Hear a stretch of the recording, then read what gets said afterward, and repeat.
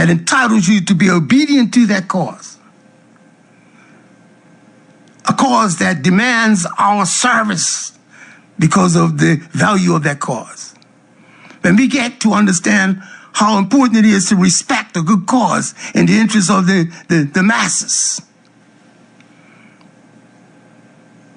I ask, how willing are we to be giving our allegiance to that cause?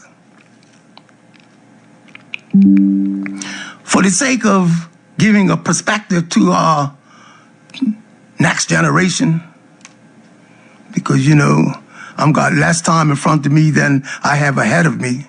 So I speak to the next generation with a healthy regard and respect. The way I approach this program tonight is with a healthy regard and respect, to want to have an attachment to young people so as they can look towards making connections that will give them a greater value of themselves, a greater purpose of themselves, a greater direction for themselves, so they could accept where they should be going, so they could chart their course and be of an asset rather than a liability to our homeland, Bermuda. Now, where we live, where we serve, when we make major sacrifice, where we die in a country, when we die in a country, when we can look to the distant horizon and can read the names of your ancestors. Read the names of your ancestors on their gravestone. I don't know if they call it a headstone. I'm used to calling it a gravestone.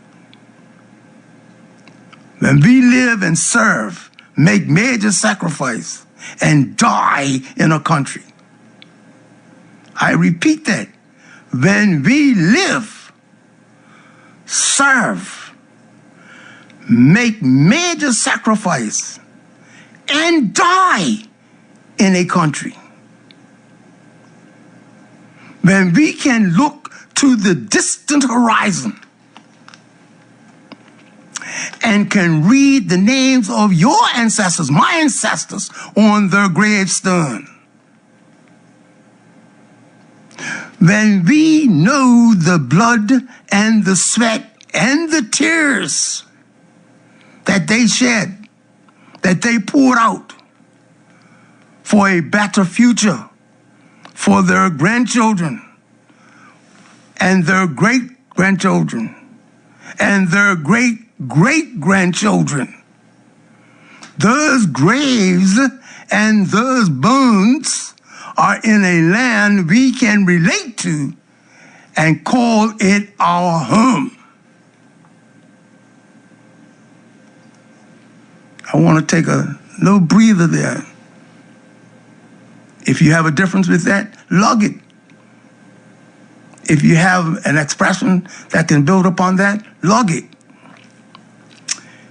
If you have something to say because you see it in such a way that we could benefit from when expressed, lug it.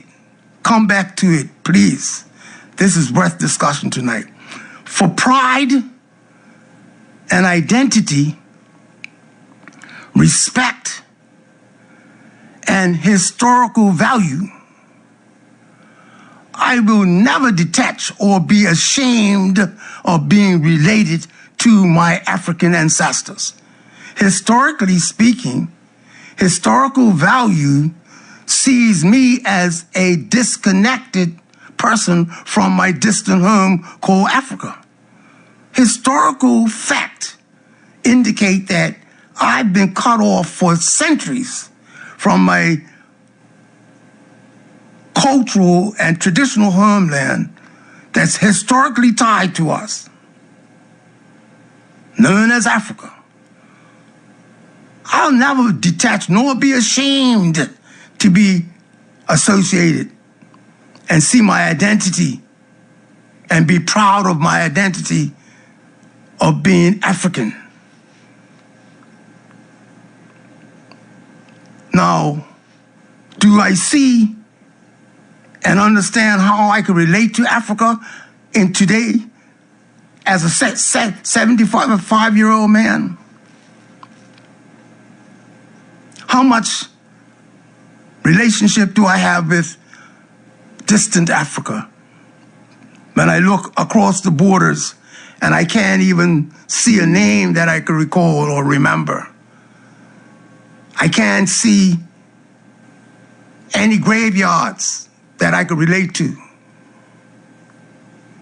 When I compare those two different perspectives, looking at a land that's historically tied to me, but I cannot make no physical connection to it because it's been that long, traditional and historic value is difficult sometimes because of that continent having so many countries. I'm not saying that you can't make connections, but there are some setbacks when we choose to want to consider picking up from where we are around the world and going back to Africa physically. I've arrived back to Africa mentally. I'm a proud child of the African ancestors, no doubt about it. But when I decide on making a distinction of how I'm to express where my home is, my wonderful mentor said, when you look across the distant horizon and still can read your grandma's name, your grandpa's name, and your neighbor's name, and your school teacher's name, and your government leader's name, and your spiritual leader's name, when you could relate and have something tangible that could have you make a decision on if you're gonna be willing to pay a price, the major sacrifice, live and die for that country. That country should be given first preference to be called your home. Why? Because of its relevance. I close my monologue with that perspective. Are we willing to sacrifice our lives for Bermuda? If so, why? If you're not willing to sacrifice your life for Bermuda, why not? Is it worth having this type of clarity on matters? And I don't see this in such a big way. I think this is a good foundation for us to expand upon. But for our young people to have more consistency in their life, our young people need to make connections to themselves, with themselves, that will allow them to understand what allows them to have value, purpose, and direction, and decide what direction they should be going in their best interests. Mr. Bean, the gang violence representative, I think he made a great delivery to the public of Bermuda in the January 19th newspaper, dealing with the genetics of what trauma is doing to a people that has huge trauma in our background. We are living in a day where we just can't just go over that browse over that as though it doesn't have no value. The idea of making proper connections so as we could understand our lives better, it demands that we understand how much we're suffering, not knowing why we are like we are. How much the children of the former slave, the former enslaved, why our history is so significantly unique that it demands of us to discuss subjects like tonight. So the number is 297-1027. We're talking Balance Matters. Dear listening audience, I hope that we can accept, and I now pull from last week's contribution, to accept, to be more responsible when we identify what our conditions are as a people, and we accept to address issues that demand that we have a better understanding of why we are experiencing the challenges in our life as a people. We can no longer ignore what the importance of having pride in who we are, being able to have an identity that can allow you to be not only satisfied, but to be respected like any other human being with cultural identity. Can we decide based on what the facts say about our options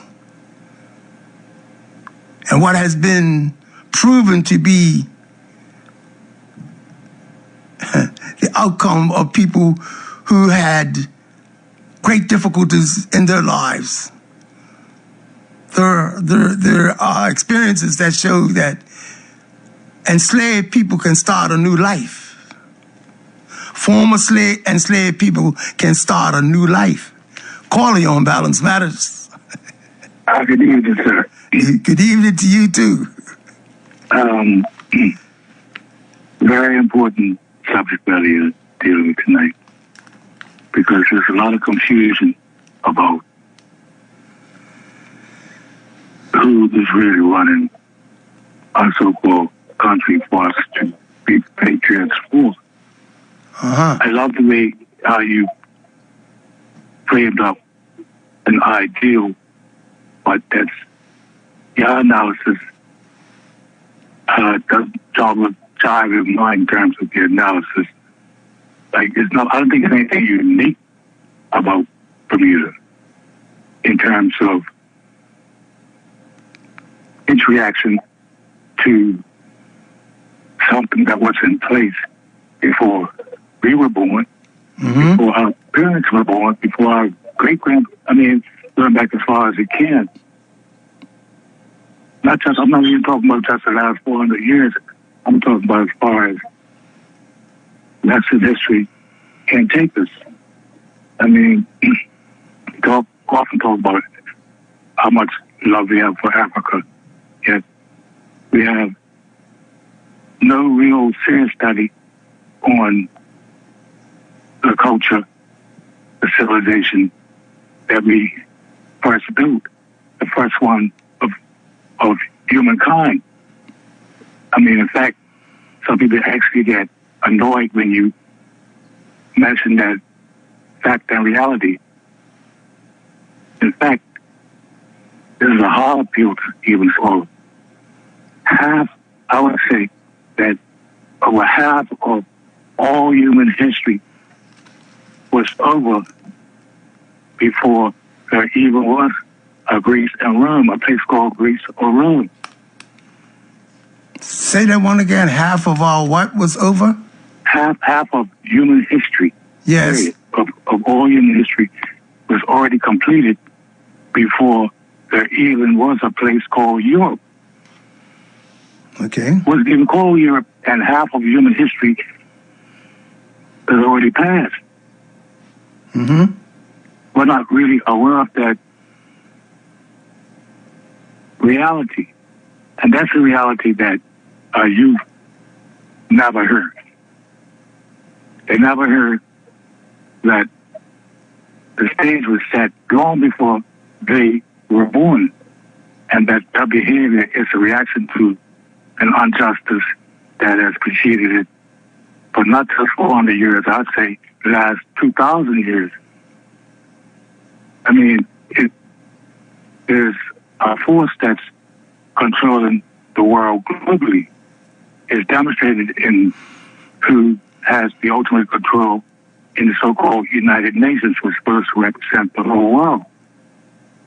But you can see that there are groups within the UN from whatever country to make the point that have the ultimate control over the UN. Smaller agencies can do little stuff. You know, they get 14 pencils instead of 10, that type of thing in terms of real power. But the ultimate power is in the hands of very few people who look like the majority of the people on the planet. So how could you relate? How could you relate the United Nations with our contribution as to representing ourselves on the level of understanding that we have choices of where we would like to be ending up whilst we're watching change as the way we see change. How are we to represent ourselves rather than looking at this point the actions of the outside world, which I do agree with what you said. I understand that the influence of the outside world has tremendous impact on our decision making. But do we accept that we can identify with where we would like to go and put our point forward and have it represented in the best way we can? Can we look at it like that without having to skirt over Bermuda and talk about what others are doing? I hear your question. My response to your question is yes, we can. Because everybody has a brain, everybody has thoughts, and who comes up with the best thoughts to solve a problem should voice that point of view. As I've said before in your show, we live in a world, this is how I analyze the situation. We live in a global world over which Bermuda sits in. Just like the Earth sits in the solar system and sits within the solar system and is affected by everything else that's in it, by various different degrees. But you can't say that we can ignore the fact that there's forces that apply to our thinking because they run everything. There's force. And if we don't understand that, and you can't propose to the world or the UN or even to Bermudians or people who reside in Bermuda that what we want to see is a replacement of an unjust system with a just system that should be printed all over town, film, media,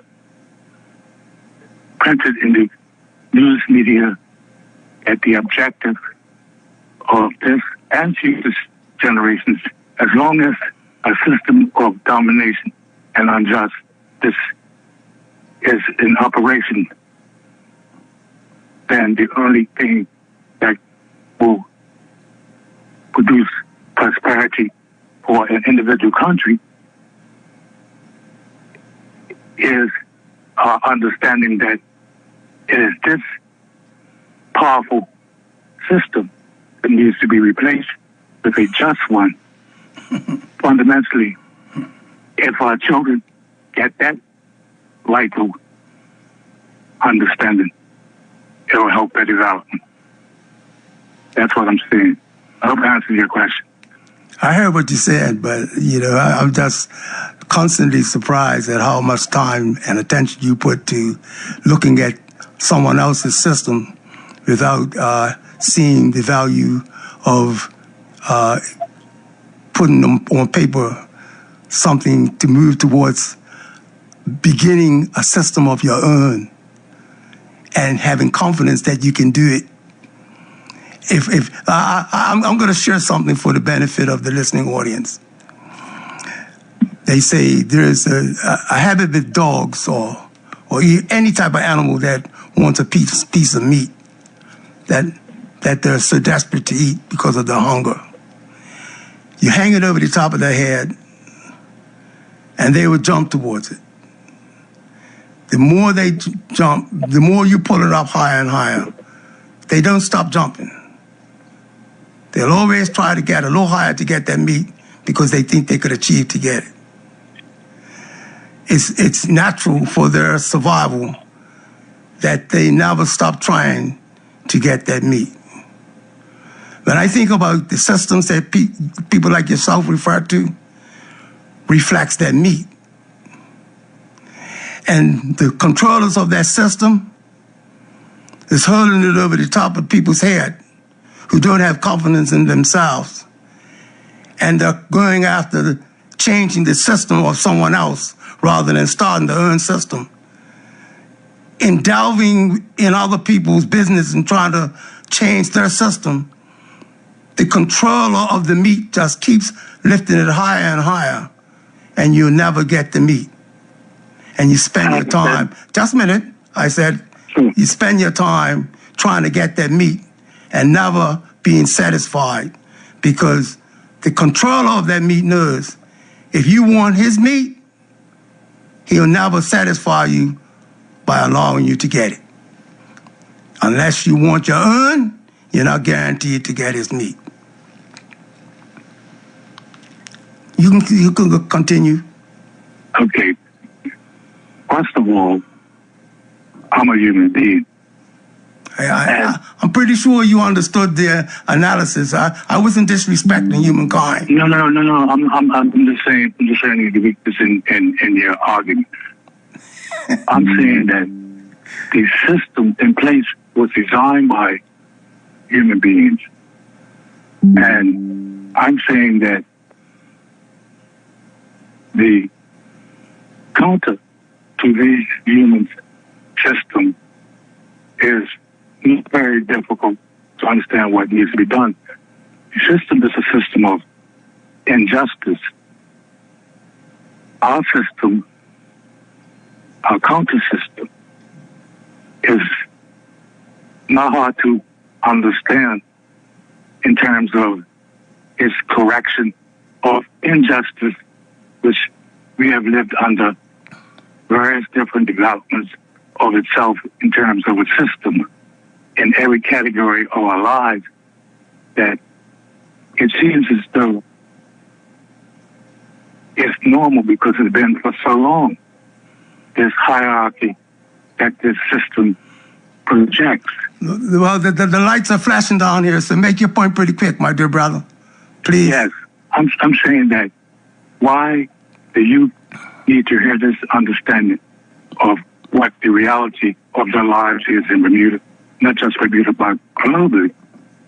It's the same in terms of their power relationship with this other power. And if they don't understand that, everything else that they do understand will have to confuse them, because that's not the reality that they're living in. So I'll end there. Thank you very kindly for your contribution, my brother. And thank you for allowing me to speak. Yes. Caller, you on Balance Matters. Caller, you on Balance Matters. Sorry. Yes. I need to turn my radio down. Okay. Mr. Shakir. Yes. I just want to say to you, thank you very much for that monologue. I've been listening to you. Yes. Quite a bit recently. Okay. But tonight, in my opinion, yes, that was, your monologue was timely and powerful. Now, I'll tell you this. When I was a girl of 12, yes, I left Bermuda with my grandparents. Yes. And my grandfather had come to Bermuda in 1900. Yes.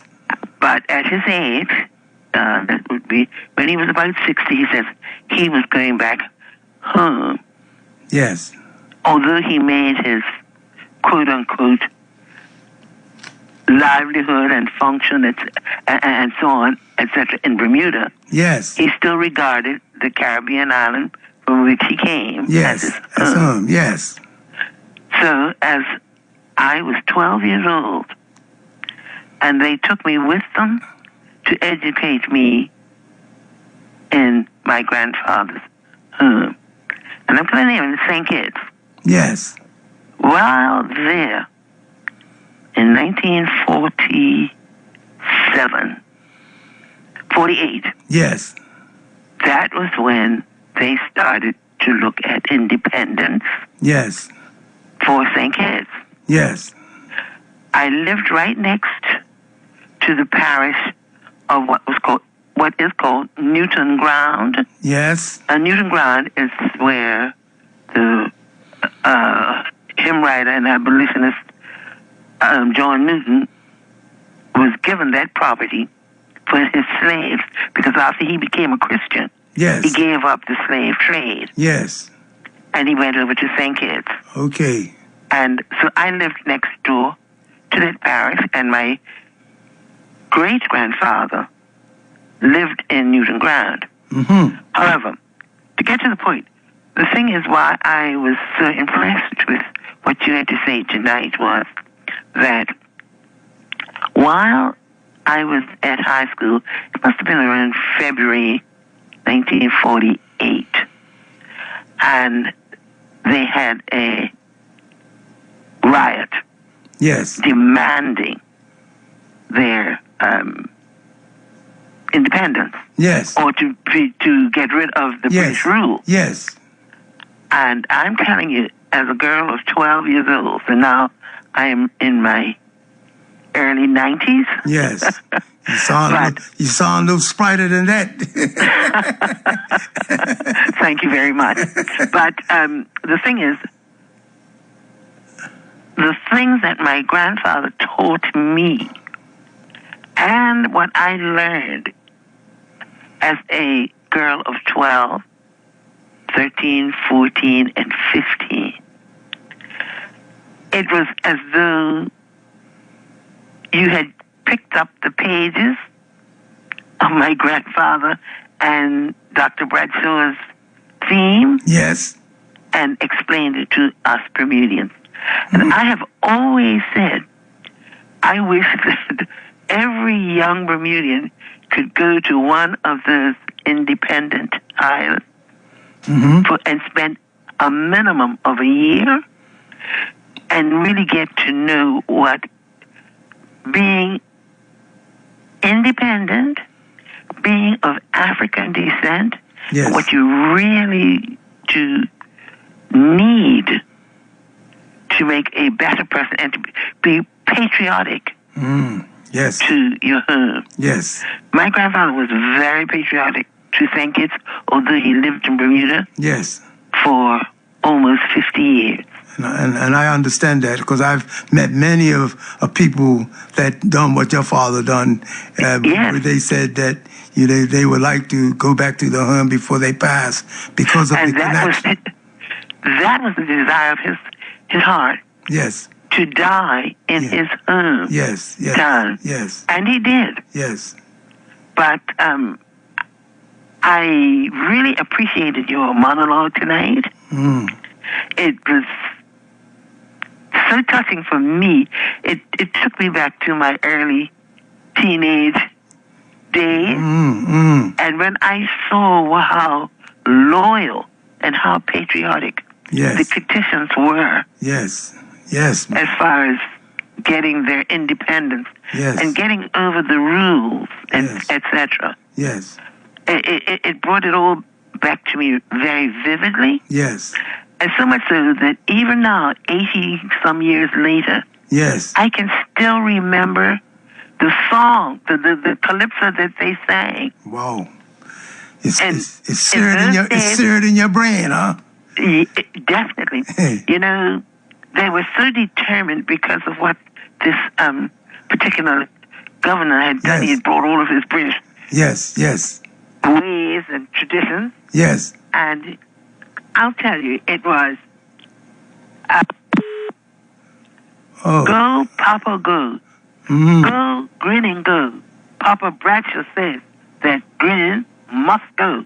And the night when they burned their livelihood down, that of the sugarcane. Yes. The area where I lived, there was no electricity other than what my grandfather had put there. He had what was called a wind charger. Yes, yes. And so we had electricity. We were the only ones in the area who had full electricity. But that night, as a girl of 12 years old, all you heard was the patter of bare feet, the darkness all around, and then the song, Go, Grinning, Go. Papa Bradshaw says, Grinning, you must go. And when they made themselves restricted to burn the cane field down, all you heard was a loud shout of charge.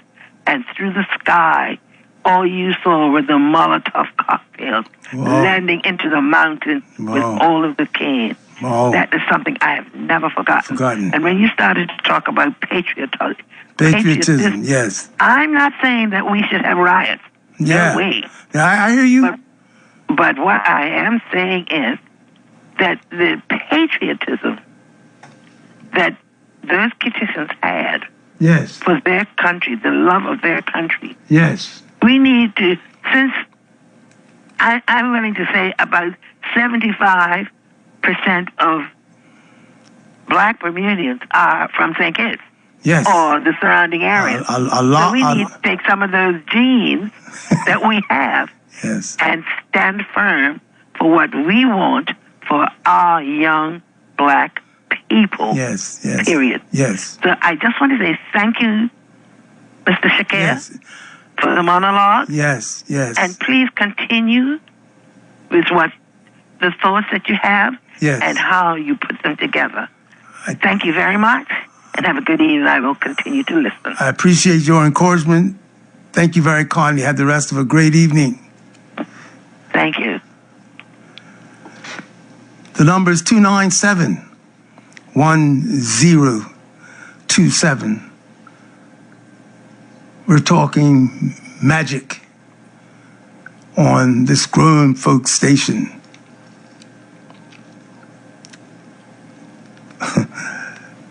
Definitely in a magical time for me, I tell you. When I think about the options that we have and the perspectives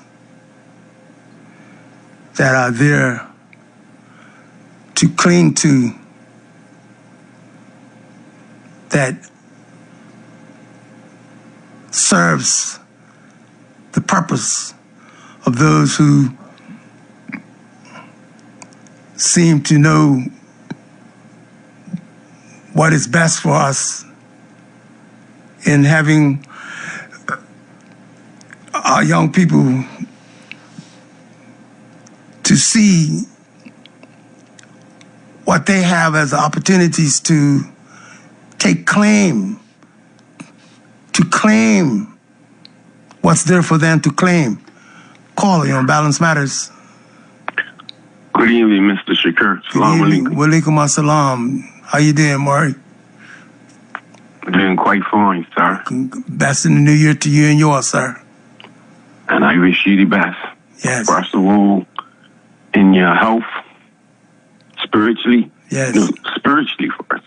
Yes. In your health. Yes. And in your pocket. Yes. Thank you. Because we all need finances. Yeah, definitely so. Definitely. Mr. Curry, you know, I ain't called for a long time. I ain't even. Yeah. But I so happened to be listening, and I heard. And, you know, where I am in life right now. Yes. It's about being real. And yes. Your monologue, I caught a part of it. Yes. But I got the gist of it. Independence. Yes.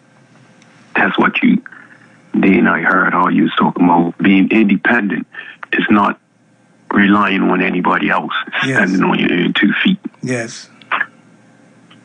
And then you also mentioned willing to die for your country. Yes, being patriotic. Yes. Yes. It's a lot with that. Me, where I start this stuff, I believe in starting with the household first. Yes. I'm willing to die for my family. Live for them, and I'll die for them. Yes. Yes. And then after that is your neighborhood. Yes. And then after that is your country. Yes.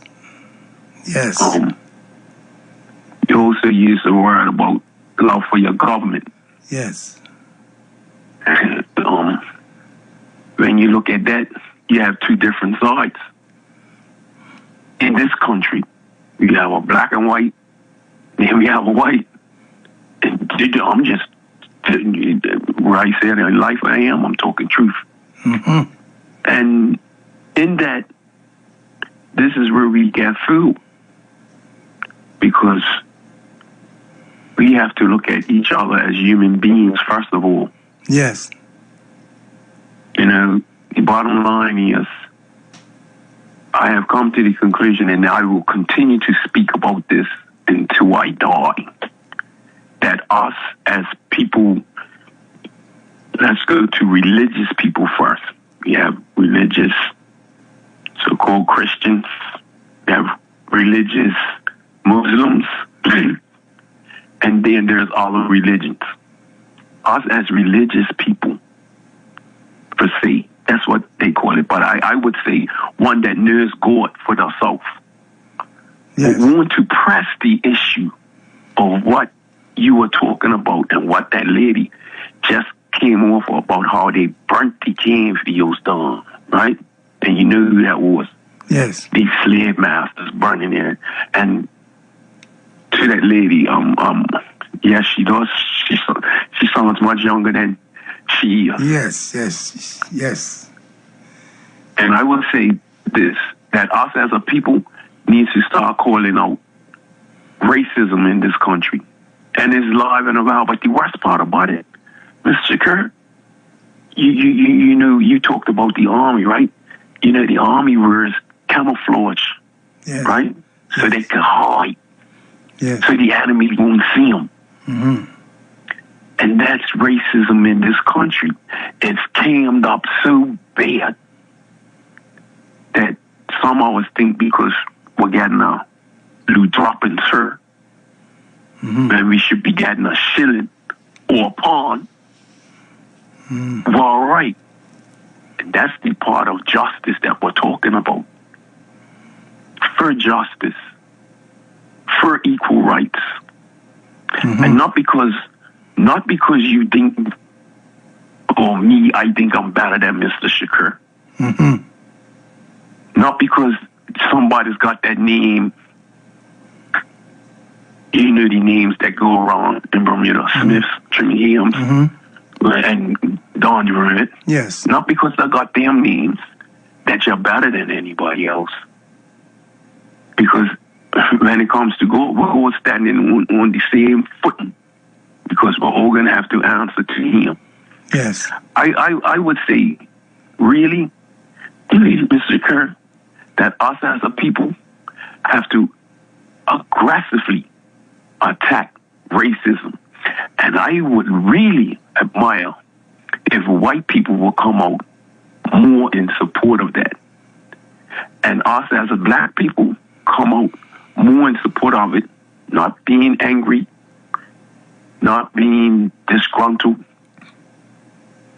but being more forgiving. And, you know, some people might say, you're going to forgive. But that's a part of it. Admitting for the white people that these atrocities were done wrong. And it's time for it to change. Now, you talked about where we came from, us as black people, Africa. Yes? Yes. And if we are watching what's happening in Africa now with some places like Burkina Faso, Nigeria, and Mali. Yes. These people are taking a stand. Abraham Traoré is taking a stand. Yes. And putting his life on the line to do what he's got to do for people in his country.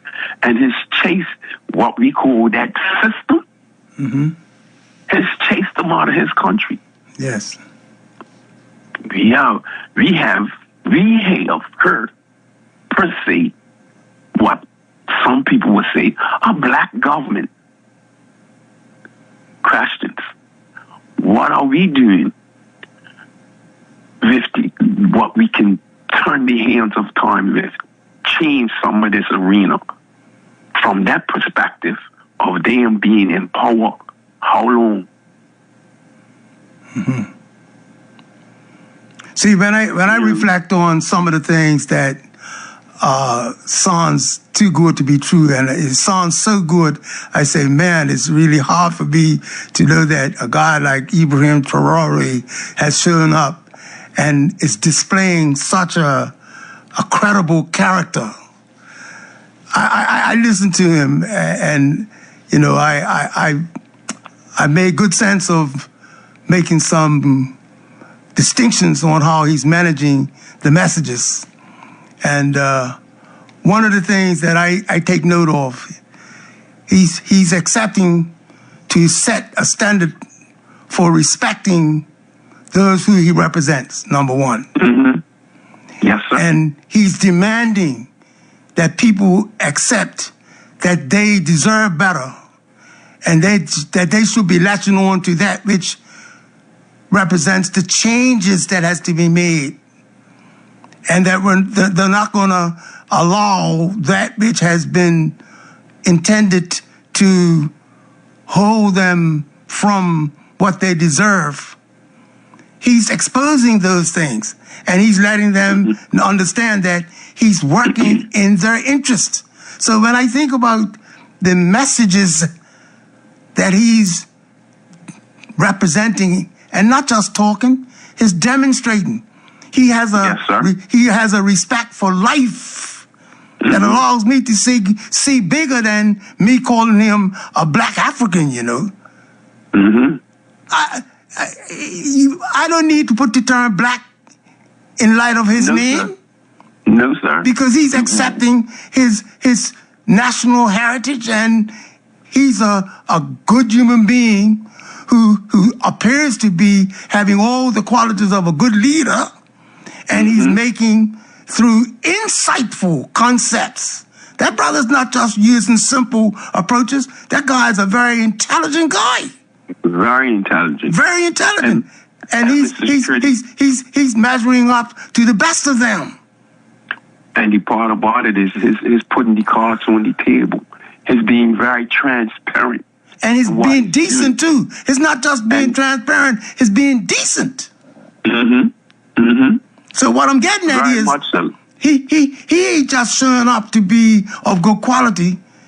The brother, I believe, up until this point, he's indicated that he has good intentions for his country, his countrymen, and the direction of his country, man. So I look, man, I have no doubt in my mind that this period that we're living here today is required of us to have the ability to measure the changes around the world and know what falls in the category of worthy of being supported, and also know what's in the category of having to stay away from, because certain people don't want change for the interest and the betterment of the masses. And when we look at certain leadership that's going back to dominance and authoritarianism and acting like kings, when we look at people rejecting that leadership, rejecting it, some people is going as far as saying some of these leaders are going backwards rather than forward, man. Well, that's true. But you know, the best part about that is that they're really opening up the door for God's kingdom to really come in this place. Well, I'm so glad you said it like that, because when one thing is removed, another thing's supposed to take its place. It has to. It has to. And that's why, may I praise be to God, the reason why I chose to do this monologue like I did, man. This idea of me being trapped into what somebody else is seeing, I can't spend my time there. I'm looking at what I need to understand about my own value and the purpose and my direction, and I need to show people that I know where I want to go. This other group that's trying to hold on to my past and make me feel like I'm no longer with value, man, those people can't touch me. They didn't create you, and they didn't breathe the breath of life in you, and they can't take the breath of life out of you. I'm telling you, man. Unless God says so. And you ain't going nowhere anytime soon unless he says so. And what I'm saying to us as a people, if we accept to be responsible for ourselves, number one, we would accept to, look, you know one of the pictures, and I'm not saying that we have to do this, I'm just using it as a reference. The Indian brother that took India to independence, and he he was a lawyer. I forget his name, man. Anyhow, he was taught in England, Britain, and when he found out that all of his teaching of being formally educated, they disrespected him as a person of color and being an Indian. And he's decided that, look, Gandhi, that's it, that's right. Yep. He decided that, listen, he can take the clothes of the British off, and if it means putting just a piece of material on his body to cover it, he's rejecting what came along with the culture of the British, because they were against the best interests of his people. He didn't want to be attached to none of that culture. And he advised his people, we have the courage and the strength to start building from the bottom up on our own. You don't need to replicate the system that doesn't respect or value you. You don't need to replicate that. If you're willing to get something that can give you pride in your own direction, be willing to start from the bottom and go forward. So my point being, that's a marvelous example that any system that was prior to what he ended up starting out for his people, to him, they were non-existent because he didn't depend on old systems. He started something new.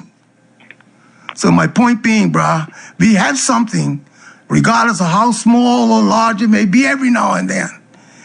If we have confidence that we should accept that we have the possibilities, the capabilities, and the potential to use what we've got, regardless of what anybody else thinks about it. If that's all we got, I'm going with that. That's what we need to use. So I'm going to finish with this. Go ahead, Somebody else might want to get in. Go ahead, Mark. We need to stop being fearful, because that's what's blocking us. I'll leave on that note. Nice talking to you, sir. And it's nice talking to you as well. And I pray to God that we could all be open to at least see something in what we're trying to do tonight that's going to encourage us to have confidence in ourselves, man. Have the rest of a great day. You too. You know, we're going to play a little bit of music here. Allow us to have a reset. Give us some time to reflect on why we should consider how much love we have for our own selves. Does this love transcend to protection of country? Do you have any projections and ideas that serve Bermuda, that could be in our best interest going forward for Bermuda? As a child of Bermuda, do we use our history and cut ourselves off because of the past and don't see the benefit of us of seeing the sweat, blood, and tears that built Bermuda? Some of our people built Bermuda. We have a reason to claim Bermuda without being vindictive or seeing any disrespect for any other people, even though they decided to disrespect us. I personally, I'm not in the business of revenge and trying to turn the table so as I could do to others what they done to me. I'm not in that space. But I do know that at this stage of our understanding, we have time and space to explain to our next generation that they need to understand what's available to them and see where they fit and how they could take the baton and run third leg of the relay race of people that made sacrifices for a better way of life. I'm going to ask for us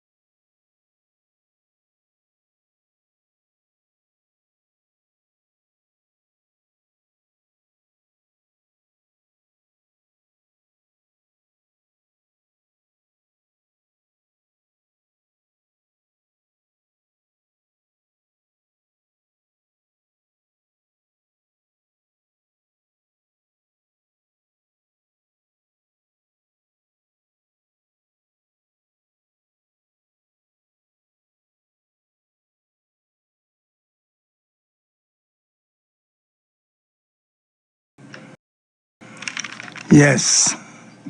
Heal the world. Great. Michael Jackson.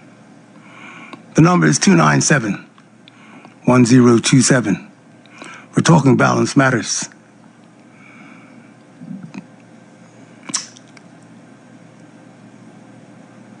We need to at least consider how important it is for us to make distinctions, to see how natural growth is consistent. If I was to think about what do we see as a value for people who made major sacrifices to change systems so as to give a better opportunity for those coming behind them. Caller, you're on Balance Matters. Yes, good evening, Shakir. Good evening to you too, my friend. Yes, brother. This song, Michael Jackson, I don't see if I had land right in what we're dealing with tonight. Yes, sir. That was a perfect pick, brother. Okay. I'm telling you, that beautiful. Yes. But Shakir, man, like, you know, what we're doing now, Bermuda, like, is just get on board and play a part of what we need to do to grow our young people. Yes. You know? Yes. I see a clip. Look, Shakir, I saw something beautiful tonight. They had these young Bermudians down at St. George's. Yes. They had them on TV tonight, and they were showing them all that history, right? Yes. In that area. That brought tears to my eyes. Because when you start seeing things and see how people moving around, teaching our young ones about our history, that needs to be, it's just a blessing right there, Shakir. Yes, yes. You see? So we have different movements. Yes. Like myself, yourself, what we are doing. Yes. This guy off, you see what he's doing. So it's like we have to form this. You know, it's all about love for our young ones. We need them to run this country. Yes. Right? So this movement that we're on now, right, it's sent from God above. Because you see the crisis right now around the world. So, you know, we have to prepare ourselves. Right? And God's going to bless us. Because you know what? When we start to feed ourselves, teach our young ones about our ancestors, what you just brought up a while back, right? Yes. That says volumes for our generation. Yes. Yes. It's not a black and white thing. It's a people thing. Yes. Something we have to do. Yes. You'll get on board. Yes. The fishermen. You see what they're doing now. We guys are sort of indoctrinating these young guys to come on board, right, and feed, take over, and secure is happening. Mm-hmm. Not too many people know what I observe, right, but this is happening as we speak. It could be improved. You see, that's another move we're working on. You know? Yes. So it's a very positive move, Shakira, and I'm glad that this type of conversation to get to all of us. Yes. We start doing what we have to do because Creator gave us this journey. Yes. It can't be blocked out by having a good time. Of course you can, but always come back focused. Yes. Entertainment in this art. It needs to be boosted up. I see the young people on the tracks now. Cricket, football. Those are good signs, what we're doing right now. Yes. Independence. Yes. That's also a good topic. Yes. And also there's a solution to that. We need somebody from Bermuda to represent us overseas. Otherwise, it's a failure. They're not hearing from us. You can't have nobody representing us. You see what I'm saying, bro? Mm-hmm. Yes. So yes. it's very important that we Yes. look at things like this, because that generation has to be trained to go over there, right, and sit. It could be happening right now. God bless if it is, right? Because we need to have that type of representation Yes. for us to survive. Oh, we are anyway, because that's what there's a movement going on right now, right? That's going to try to straighten this stuff up. You know, If they don't like me, you know, step aside, you know, because we need to survive. Michael Jackson sang it and that music. yes. And behind that, you heard all the violence. Yes. All the type of stuff. If you just all that part. Send a message to us. I'm happy also. I haven't heard any more gunshots. Thank God for that. Yes. Yes. Yes. Yes. That's a blessing from our force, our Bermudians, right? To play a part in that. Yes. Yes. So, you know, good things are happening. You know, preparing to solve independence. Yes. Whether it's like it or not. Because guess what, dude? God's in control. Listen to us, bro. Your voice is breaking up every now. Are you moving away from your radio, or your phone, or what's going on? Because your voice is coming in and out. I don't know why. Oh, okay. Yeah, right there. You're good. Whatever you're doing right now, it's pretty solid. Okay. Right there. Yeah, cool. Yes, but yeah, you know, we need to have this talk right now, this serious talk about what we're doing tonight, because you know, we have to find our way to really deal with it seriously, economically. Our leader, I'm not putting anything. I'm not trying to bring the leader down, right? But we need a leader. Yes. You know what I mean? That's going to lead us. You know what I mean? Mm-hmm. It's going to make us up to say, well, if you want to go, all of us, all meetings, this show, right? What we do tonight, because we need to sit down and have a serious conversation about the way it's been led now, this country. And it's not nice. You see, we're paying for what? We're paying for our adversary's bill, legal bill. That's not nice. It's been going on for generations now, and this is a fact. We're paying that legal bill. You know? And my mother, my father, my father, my mother, my wife, everybody in this have been paying. It's on us. That's theft. Me. God forgive me, man, forgive me. If I'm wrong, hey, I apologize, man, but something has to be done. Mm-hmm. So anyway, that's why this come on, because I just hope I talk to somebody tonight, because this is something we have to fix ourselves. And this is a great program that you have tonight. You know, I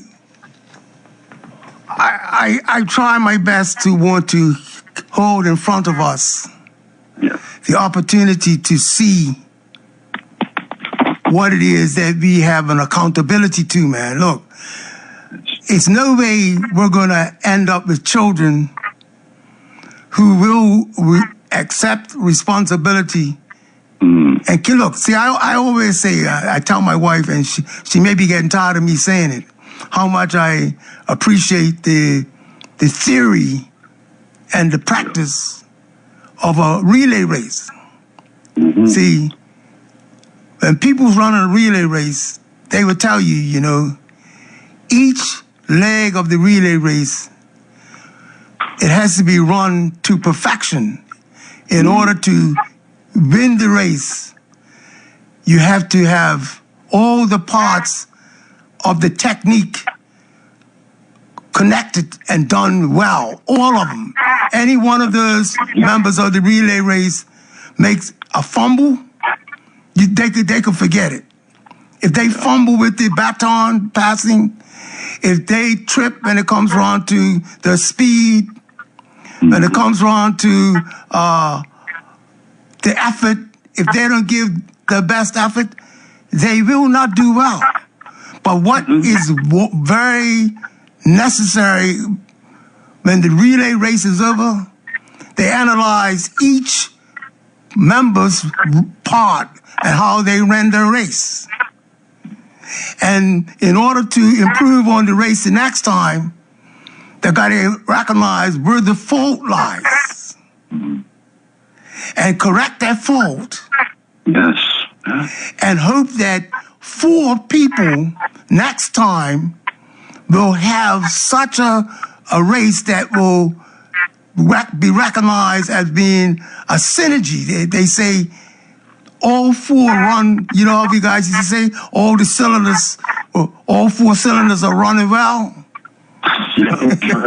All the 4 cylinders are hitting hard, man. Oh, yeah, man. They're hidden. So peak performance.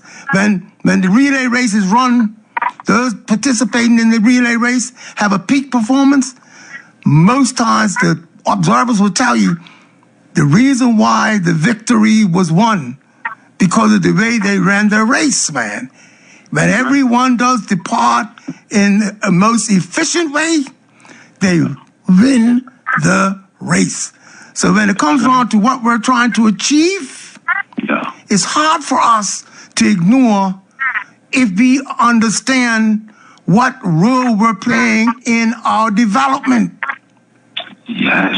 Our children need to be given an understanding of how they should be functioning, regardless if, even right now, when I think about the hurt that I see us going through as a people, man, another part of me dies when someone falls from a bullet, man.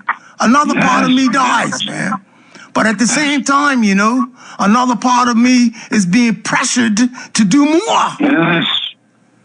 The solution. Why? Because I don't accept that we lose life unnecessarily. So as much as I'm hurting, I have a good reason not to stop. Because the bigger objective is for us to someday find what's really so troublesome that's causing our young people to do what they're doing, and find a way to encourage them to accept a better responsibility and to see themselves as more valuable. Give them a purpose that's worth living for rather than dying for. Absolutely. We have to show by articulation to our children that we understand what's expected of them. If they and when they decide to accept it, just like me and you and our mothers and our fathers and our grandpas and our grandmas, when they accepted to be responsible parents, they got what was required for the family, and we're better off now than what we were yesterday. Why? Because these people accepted to be accountable and responsible, man. That's right. No, that's not a difficult job to try to set as a stage for our children. That's right. So I don't know how we think our children's gonna get it if we don't demonstrate it ourselves. Absolutely. Yeah. So I don't know too many other ways to say it other than for us to continue to see and try to understand the benefit in us seeing our own value. I don't know, man, how many other ways we could do it, man. Like, for instance, look, Crofty, man, when I think about, look, man, you see how some of us treat our cars, man? Oh, don't scratch the car, man. Gee, Lord Almighty. They want to take you out of you just lean on the car too hard, man. Yeah. They want to protect that car, that paint job. Oh, man. They want to protect that piece of metal to the point where they will mess you and I up for coming too close to the car, man. I'm experiencing that. No. Hey, mate, I got a friend of mine that lost his spleen. A guy knocked him down and kicked him while he was on the ground. A 70-something-year-old man. And guess what the guy kicked him for? For almost causing him to have an accident. He didn't even have the accident. The guy came out of a bakery, and he came out of the doorway and must have came on the roadside quicker than what he expected, and a car was coming up the hill, and the guy had to swerve to get away from him. Yeah. So the guy went and parked. Yeah. The guy went and parked. Huh? You see the value of people's mentality. It's changed from material to, you know what I mean? Yeah. To killing somebody or injuring somebody. Yeah, yeah. We were brought up like that, you know what I mean? But things have changed. Seriously. So there's a change. Okay, bro. But Crofty, unless we remind ourselves of how far we've gone away from being humanly responsible, it's not going to be addressed unless we honestly succeed in reminding us what we're doing wrong. Yeah. Don't worry about what the other guy's doing. What we're doing wrong, man. Yeah. And we can fix it, man, because we're such a wonderful people, man, you know what I mean? You just got to put their heads together. I'm certain we can fix it. It's happening right now as you speak, even though yes. people don't want it. Yes. It's happening anyway. So. Oh, yeah. Anyway, bro, let somebody else get on. Hey, well, the lines are not flashing down here, so I can give you as much time as you want it, man, because when it comes around to us hearing one another, I know for a fact that because of what we're sharing, somebody else is getting the benefit. I have no doubt in my mind about that. No doubt in my mind. Yeah, because we need to send this message, because it's such a powerful message. Yes. You know what I mean? Yes. Because that's why I think Brother Blakeney and his family, and then into other communication. Because, yes. Without this brother, yes. Where would we be? Yes. Yes. People think about that, because yes. Guess what? Yes. I think Fresh TV is going to see Yoda Wilson just on a vacation or something, right? So that's true. Things that we have lost. Yes. You see what I'm saying? Yes. So this is very, very important to our humanity right now, you know. It gets to that point. Yes. You know, we need to fix this, and it's getting fixed, but we need a faster pace, because you see what's going on over there in overseas. Yes. Mr. Donald Trump and his dumbness, right? All that's going on. So, yes. So we got to be very careful, protect ourselves, heal ourselves. That's taking place, but you need a larger level, though. Yes. A larger level. Well, the more alert we are, look, oftentimes, in fact, I reflected just a little bit on it this afternoon when I was preparing for the program. Most times, when we look at history, the great examples in humankind is known to be people that represent the universal message. The universal message is that all human beings are worthy and valuable and worth being respected. All human beings, all. If and when we narrow it down and become greedy and want to get attention for ourselves, and we end up mistreating a certain group of people at the expense of causing suffering and hardship because we want to manipulate and control others and have them to do what we want them to do rather than having them to be free to be the best they could be.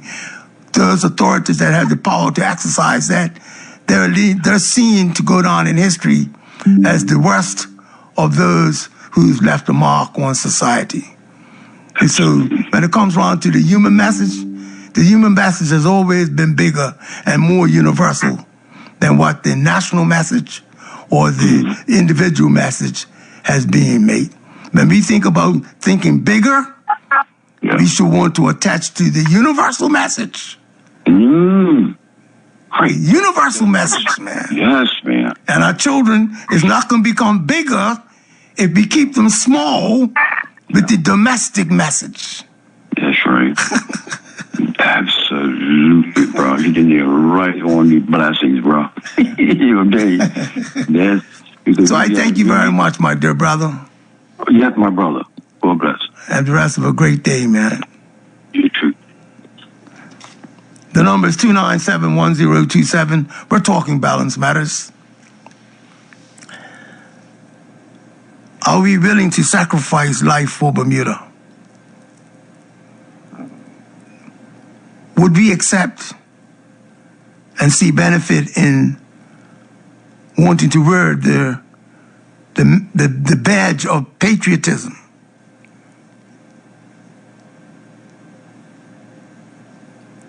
Are we, as a people, worthy of being protected?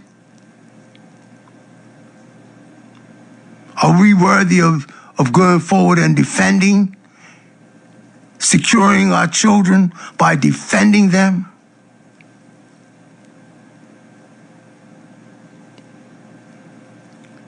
A patriot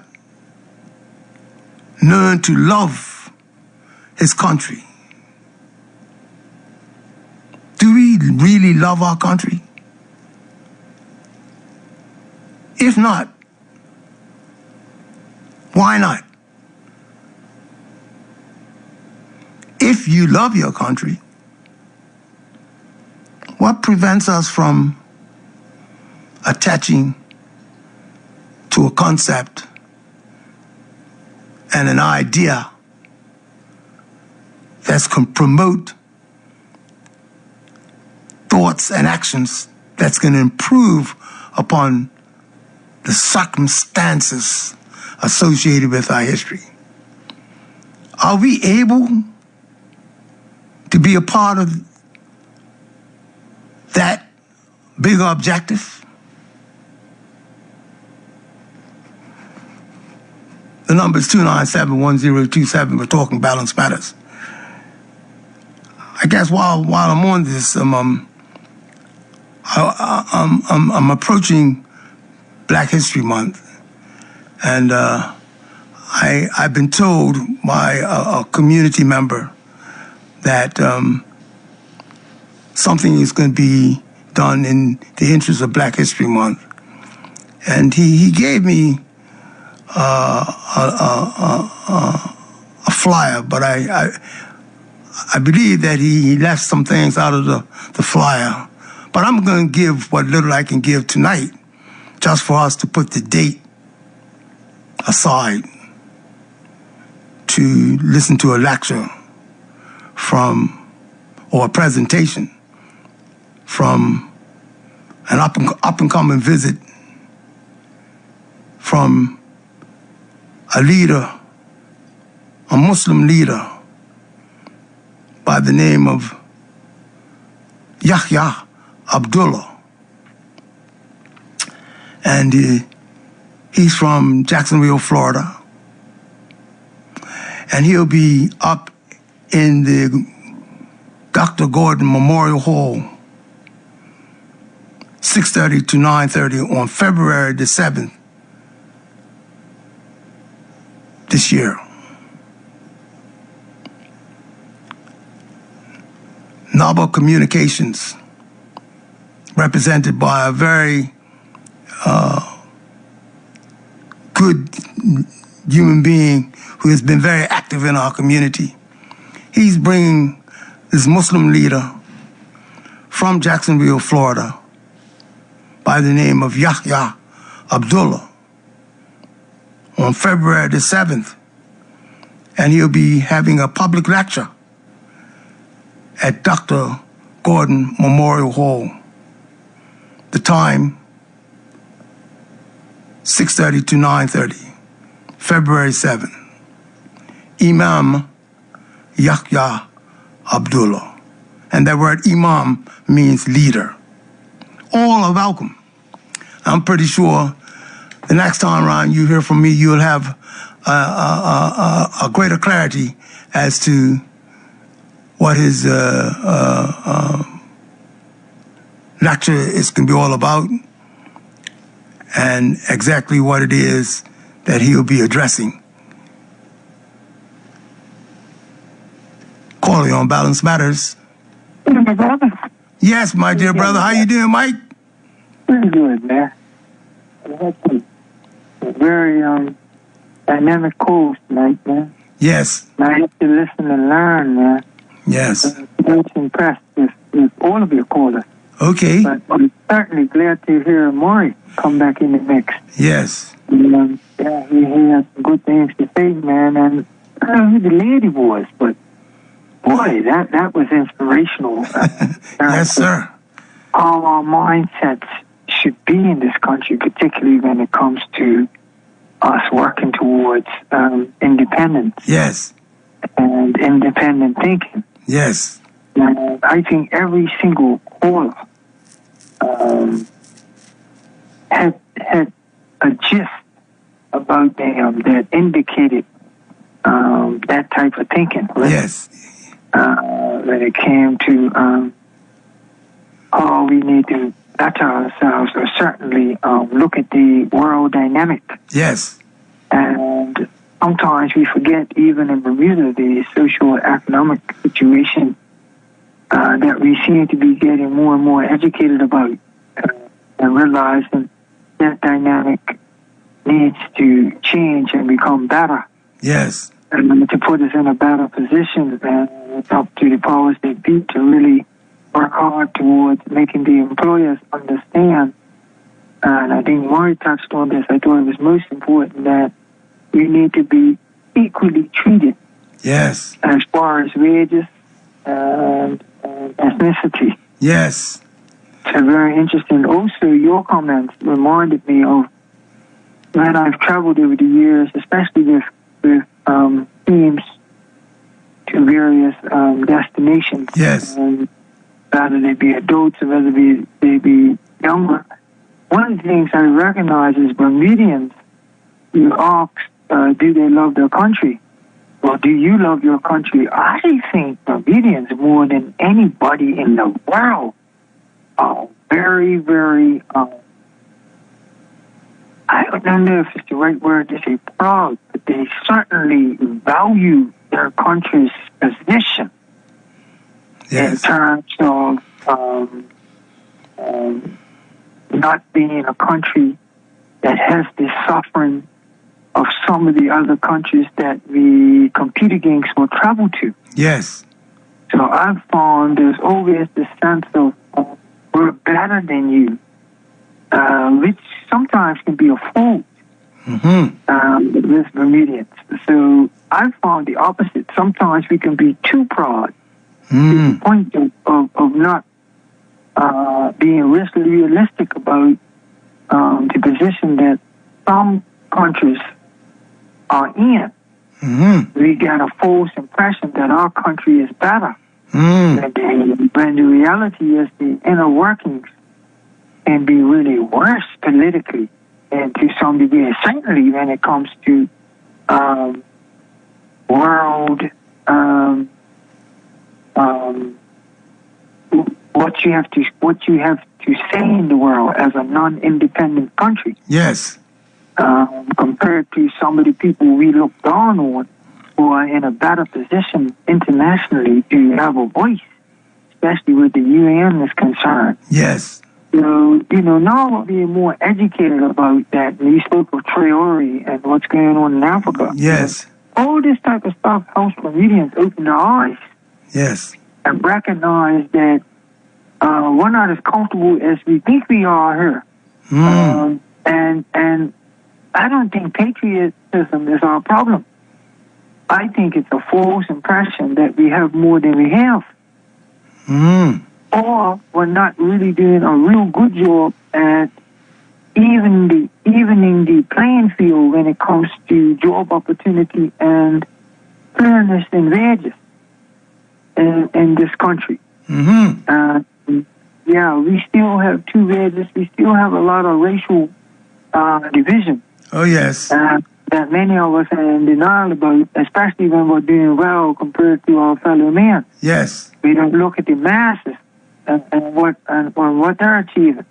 And it's not always that individuals involved in social ills are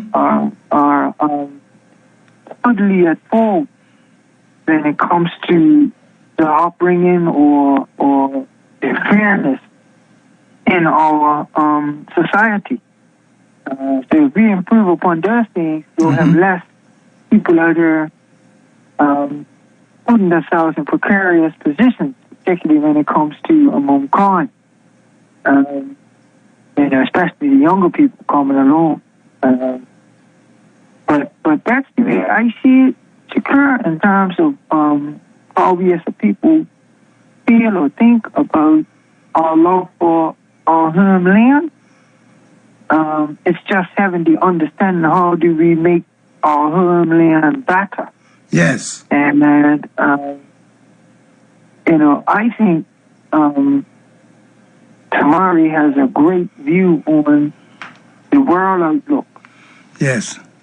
Us understanding better the world outlook. And you have a great view on how we should better understand ourselves. Yes. So I'm learning from everybody, and I hope everybody else is learning, because that's what this show is all about. Yes. Yes. To get better or learn more. Yes. So that's my take on it. Again, this show is valuable, and man, I can't wait to hear you come on. You know what I mean? Because I'm always learning something. Mike, I'm gonna say this. I'm expressing your heartfelt feelings when you say you can't wait. When I leave here on Tuesday night and start moving around on Wednesday, I'm on a cloud because of the type of people that come up to me and tell me what they are feeling about the messages that they are hearing and what it's doing for them to put them in a space in their mind that they feel encouraged to move towards these things. They may not be calling in, but they're saying things that indicates that we're learning from each other. We're attaching to concepts and ideas that's worthy. And over time, it's going to be reflected in the numbers over time of how this thing is going to make some progress. I have no doubt about it. Sure. Have the rest of a great evening, dear my brother. You as well, my brother. Right. Thank you. Bye-bye.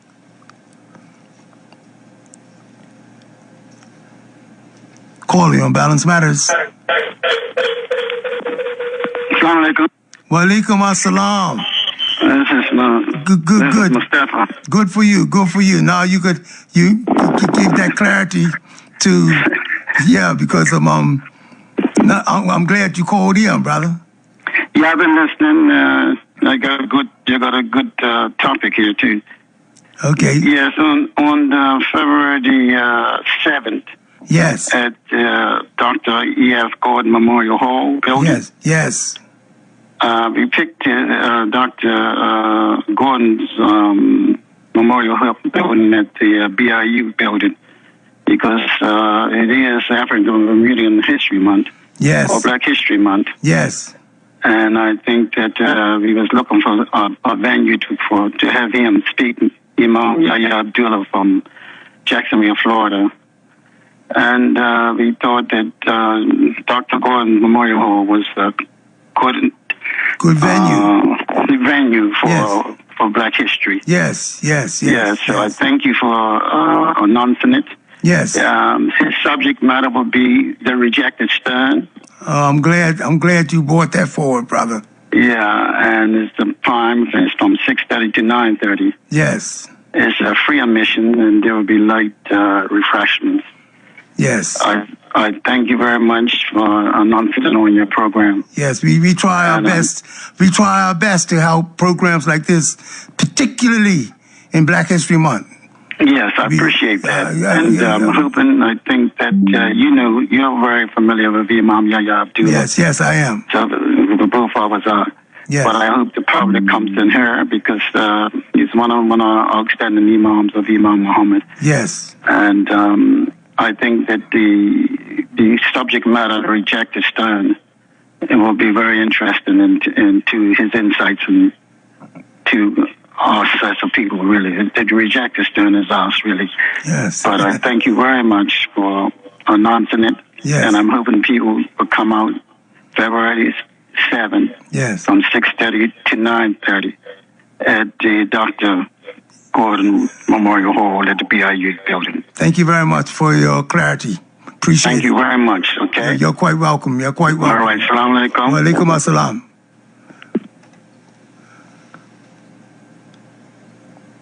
The number is 297-1027. We're talking Balance Matters. We have approximately 2 minutes left. Anyone that wants to take up that 2 minutes and finish the program, you're free to do so. We tried our best to give insight as to the different perspectives that we need to at least consider when we look at breaking the shackles that's holding us from seeing our own value. Our children will rise when they get to make a connection to their own value. And that value, like one of the callers said, starts from home. And when these children see a commitment from examples ahead of them as to what is more important,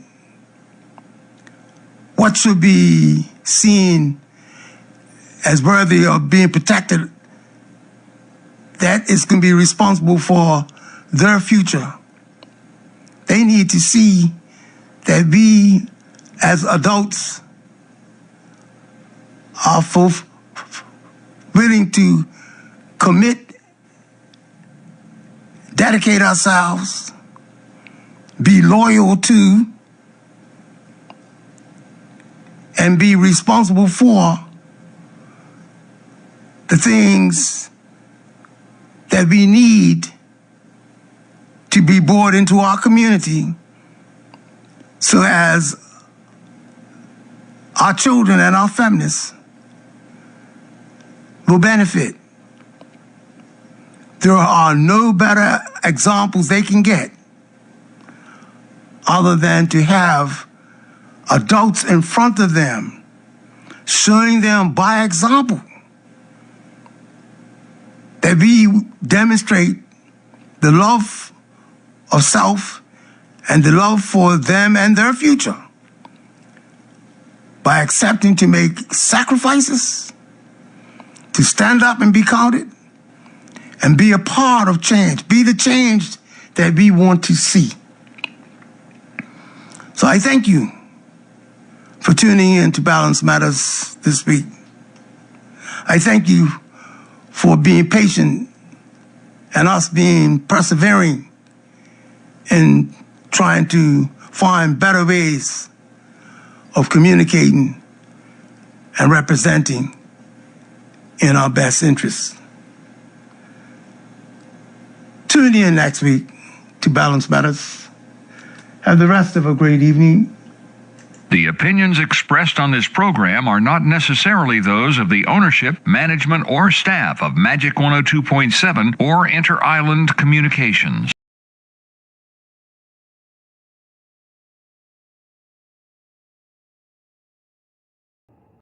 Bermuda Live on YouTube. Subscribe now.